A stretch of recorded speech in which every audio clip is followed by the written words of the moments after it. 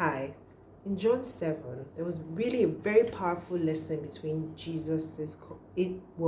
found in Jesus's conversation with his brothers.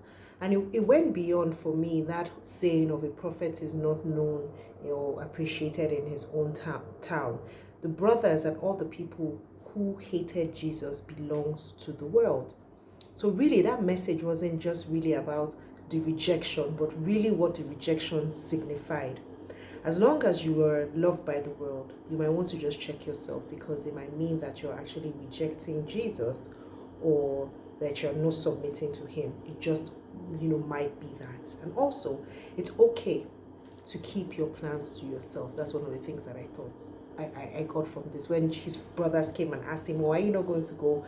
And he says, you go ahead. But he went anyways, but he didn't tell them. So yeah, sometimes, keep your stuff to yourself, especially when you're surrounded by haters.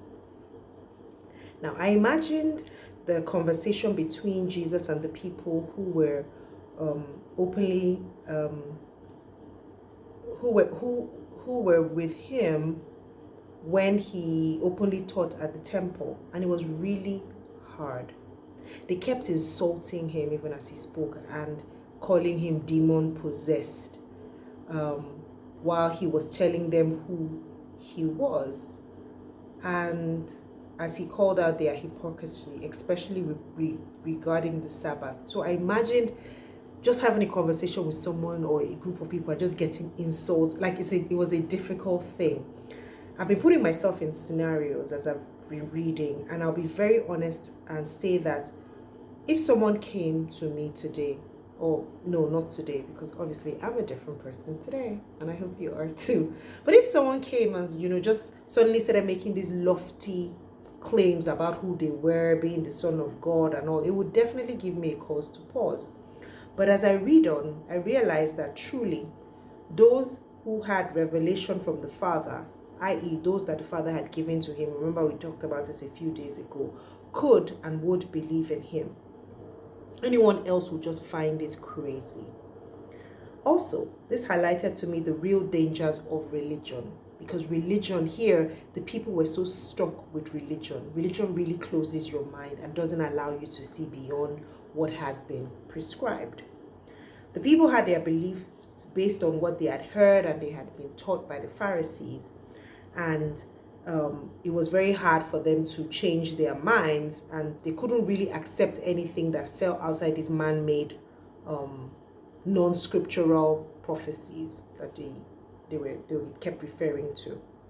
Now let's talk about that story of the woman caught in the act of adultery that we've heard all and all, for so many times. Have you ever wondered where the man that she was caught with was? Why did they just bring her? It takes two to tango. So I was like, what if she was set up? One. Or two, what if the man was even a Pharisee? One of them. And so they, how they do in their hypocritical way, they try to cover for him. I don't know. But at the end of the day, Jesus was the only one qualified to stone her, because he was really the only one without sin. But instead of stoning her, he chose to show mercy. Verse 8, chapter 47 contains some very strong words. Only those who listen and hear God's words belong to him. And Jesus let the Pharisees know that they aren't children of God only because they thought they were children of God because they were descendants of Abraham. So he let them know that it was not by faith. It was not by birth,